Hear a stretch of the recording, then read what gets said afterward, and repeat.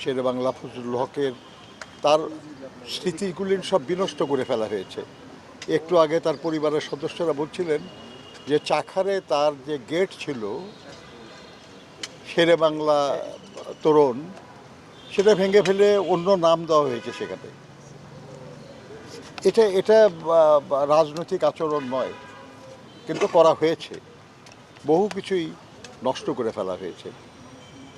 আমরা আশা করব যে আমাদের দলের যে সরকার, সে সরকারের পক্ষ থেকে এই বিষয়গুলি দেখা হবে এবং শেরেবাংলা ফজলুল হকের যে মর্যাদা, যে দাম, যে গুরুত্ব বাংলাদেশের রাজনীতিতে, বাংলাদেশের ইতিহাসে যেন সেটা লিপিবদ্ধ হয়, এ ব্যাপারে আমরা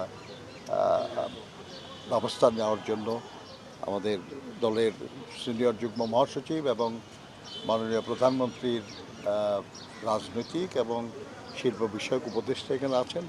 আমরা একসাথেই আমরা চেষ্টা করব যাতে শেরেবাংলা ফজলুল হকের যথাযোগ্য স্থানে যেন শেরেবাংলা ফজলুল হকের স্থান হয় এদেশের রাজনীতি জগতে, এদেশের গণমানুষের কল্যাণের যে জগৎ, সেই জগৎ। আজ এই দেশের এই অঞ্চলের একসময়ের পুরো বাংলার গণমানুষের নেতা ছিলেন মরহুম একে ফজলুল হক। তার জন্ম এখন যেটা বাংলাদেশ, এখানেই। সেজন্য বিশেষ করে আমরা তাকে আমাদেরই এই দেশেরই নেতা বলে আমরা মানি। আজকে তার 64তম মৃত্যুবার্ষিকী। এই মৃত্যুবার্ষিকী উপলক্ষে আমরা বাংলাদেশ জাতীয়তাবাদী দল বিএনপির পক্ষ থেকে, আমাদের দলের চেয়ারম্যান জনাব তারেক রহমানের পক্ষ থেকে তার প্রতি শ্রদ্ধা জানাতে এসেছি। আমরা তার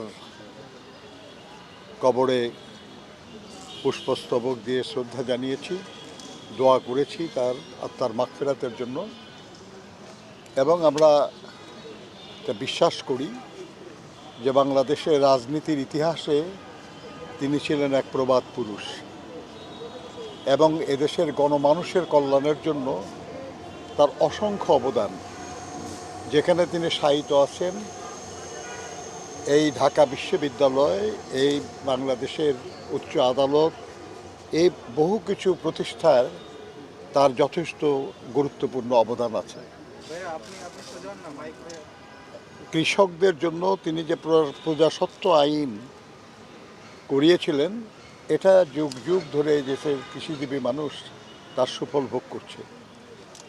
সাধারণ মানুষের প্রতি তার ভালোবাসা ছিল এবং সাধারণ মানুষ তাকে ভালোবেসেছিল।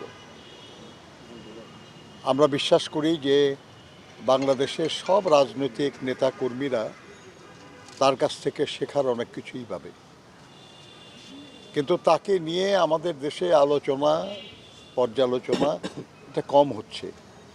আমরা আজকের এই দিনে সবার প্রতি অনুরোধ করব, আমাদের যারা মিডিয়ায় আছেন তাদের প্রতি অনুরোধ করব যে তারাও যেন তার জীবন এবং জীবনী নিয়ে তারা যেন লেখালেখি করেন। বাংলাদেশের সাধারণ মানুষ এবং রাজনৈতিক কর্মীদেরকে তারা যেন শেরেবাংলা সম্পর্কে আরও বেশি জানার, আরও বেশি বোঝার এবং সেখান থেকে আরও কিছু শিক্ষা নেওয়ার সুযোগ পান। আমরা বাংলাদেশ জাতীয়তাবাদী দল, আমরা এদেশের মানুষের কল্যাণে যারাই কাজ করেছেন দলমত নির্বিশেষে আমরা সবার প্রতি শ্রদ্ধা জানাই, সবার কাছ থেকে আমরা শেখার চেষ্টা করি। শহীদ জিয়াও সেটা করেছিলেন। তিনি বিভিন্ন দল থেকে ভালো মানুষ যারা, যোগ্য মানুষ যারা, তাদেরকে রাজনীতি করার সুযোগ দিয়েছিলেন। আপনাদের খেয়াল থাকবে যে তার সময় জাতীয় সংসদে সবচেয়ে বেশি রাজনৈতিক দলের প্রতিনিধিত্ব ছিল। ডান বাম, মধ্য বাম সবাই দেশের কল্যাণের জন্য একসাথে বসে কাজ করার সুযোগ পেয়েছিল। এটা আমাদের আদর্শ হিসাবে আমরা ধারণ করি যে বিএনপি যখনই সুযোগ পেয়েছে, সময় হয়েছে, বিএনপি গণতন্ত্রের পক্ষে, সবার অধিকার রক্ষার পক্ষে কাজ করেছে। এখনও আমরা জনাব তারেক রহমানের নেতৃত্বে চেষ্টা করছি